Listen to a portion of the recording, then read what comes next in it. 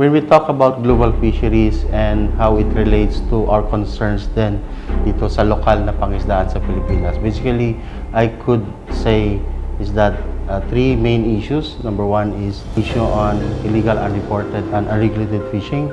Number two is the impact of mismanagement. When we say mismanagement, dito din pumapasok yung tuloy-tuloy na pag-increase ng ating population. It also relates to increase in the demand. It also relates doon sa ating overfishing.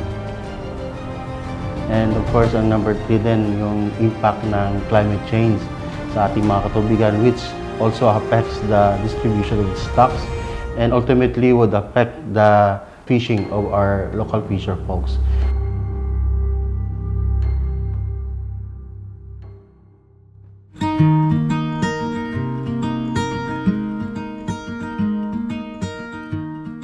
So dahil dito, si Department of Agriculture through the Bureau of Fisheries and Aquatic Resources with the support po ng World Bank come up with this project, yung Fish Core. And isa sa component itong Fish Core is the component 1 which is the Fisheries in Coastal Resilient Resource Planning and Management, or simply we call it Fish Cream component. And under this Fish Cream component, may tatlong subcomponents. Number 1 po is yung pagpapatibay po ng AAFM planning institutions. And number 2 component po yung Aquaculture Development and Management or the ADM. And the subcomponent 1.3 naman, ito naman ang tinatawag nating Strengthening Management of Coastal Resources in Municipal Waters.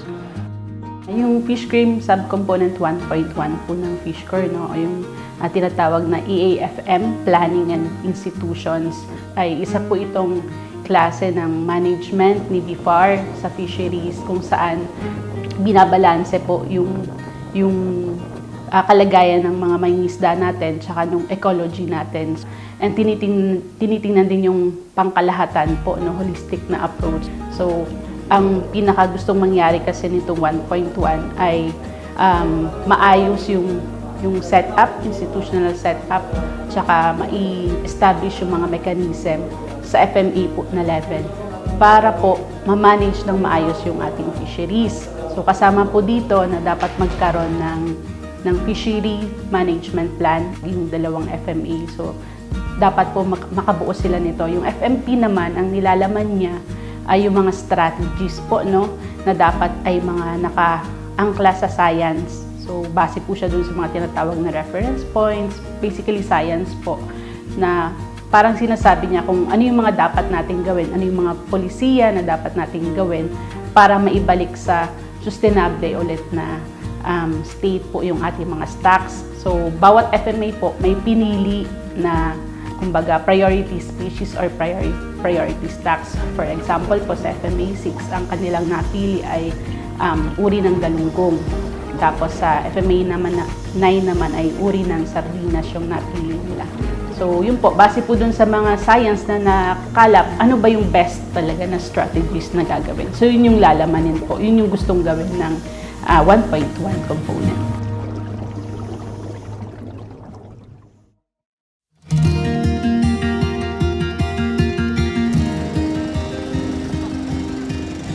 Isa pa sa mga layunin ng Fish Core Project ay i-improve po ang food security at patatagin ang coastal communities ng ating bansa. So nakikita po ang aquaculture bilang isa sa sagot para sa food security po.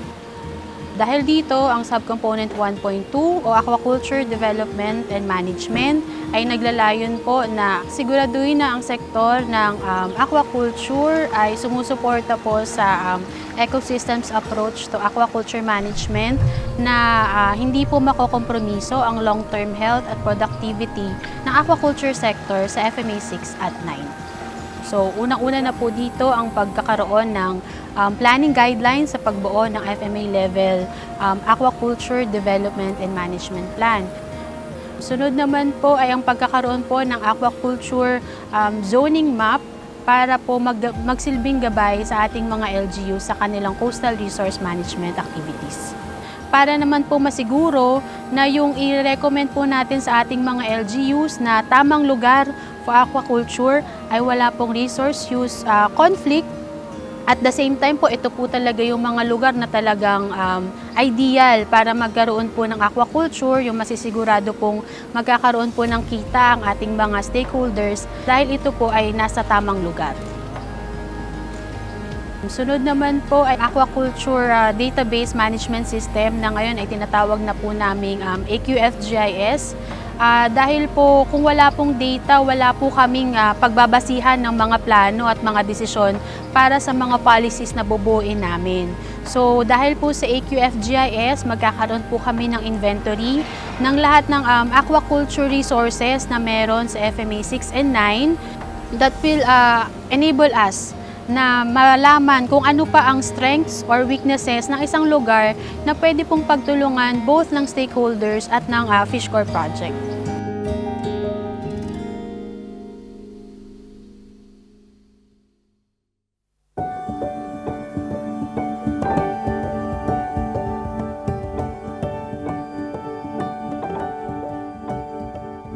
Ang Fish Cream Subcomponent 1.3 ay may pamagat na Strengthening Coastal Resources Management.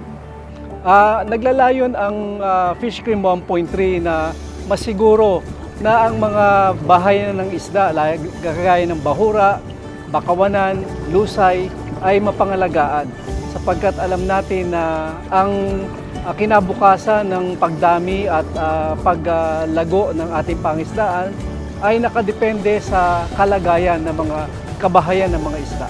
Ang una ay nais nating maintindihan ang kasalukuyang kalagayan ng mga critical na habitat o yung mga kabahayan ng isda sa mga munisipyo. Pagkaraan nating malaman at maintindihan ang kasalukuyang kalagayan ng mga critical habitats sa ating mga project sites ay titignan natin kung paano mapapag-igi ang kanilang mga coastal resources management plan. Marami dito sa kanila ay mga napaglipasan na ng panahon, yung iba naman ay hindi natapos sa proseso ng pagbabalangkas. At yung iba ay bagamat natapos yung pagbabalangkas ay marami din sa kanila ang hindi naponduhan. Kaya hindi nila napangyari ang mga dapat nagawa upang mapangalagaan ng likas yamang tubig. So, sa gagawin natin, mapaplansya natin yung kanilang plano, mapag-iigi natin at mula doon ay kukuhain natin yung mga priority na mga activities na dapat ponduhan para mapangyari ang pangangalaga sa ating likas yamang tubig.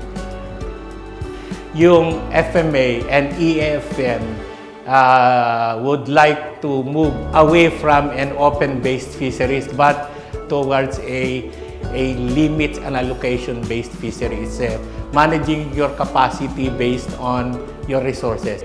So, naturally, ang ating moving towards direction is to control efforts and control catching level of the catches, meaning allocate catches or control efforts in terms of limits. So, clearly, maapektuhan yung hanap buhay and income and catches from both commercial and municipal. I think I want to emphasize that. And in implementing this, yun yung kailangan natin as EFM emphasizes na dapat balanse dapat ng management. Hindi lang titignan mo yung ecosystem or your resources to manage it sustainably, but also balancing the needs of those fisher folk and the sectors that will be impacted by these management measures or regulations.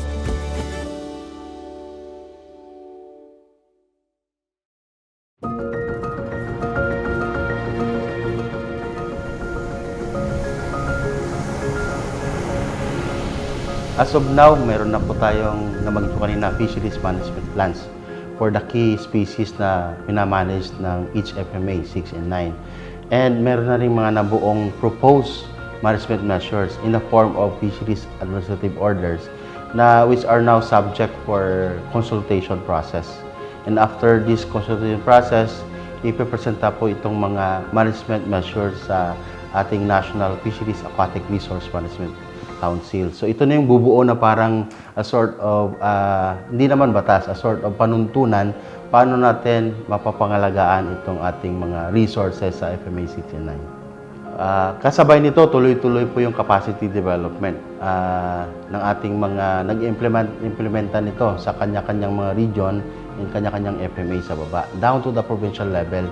So yung mga capacity development, kasama po yung halimbawa, mga sa process ng stock assessment, pagbubuo ng mga local na ordinansya din sa local government units. So kasama din po sa fish cream component sa pagpapatibay ng mga polisiya ng mga municipal through the municipal ordinances na ini-implement sa local government unit. Kasama din yung kapabilidad nila sa pag-implementa nitong mga polisiya sa baba. So halimbawa po, dapat ma-strengthen yung mantay dagat nila. Kung wala man yung mga mantay dagat nila, i-reorganize ulit. Kung kulang man sila sa kagamitan, supportaran din po ng project na to. Sa ngayon po, ongoing naman na po yung mga studies. Target po na magkaroon po ng initial presentation ng results by the end of June at matapos po ito ulit by the end of December, ngayong taon din po.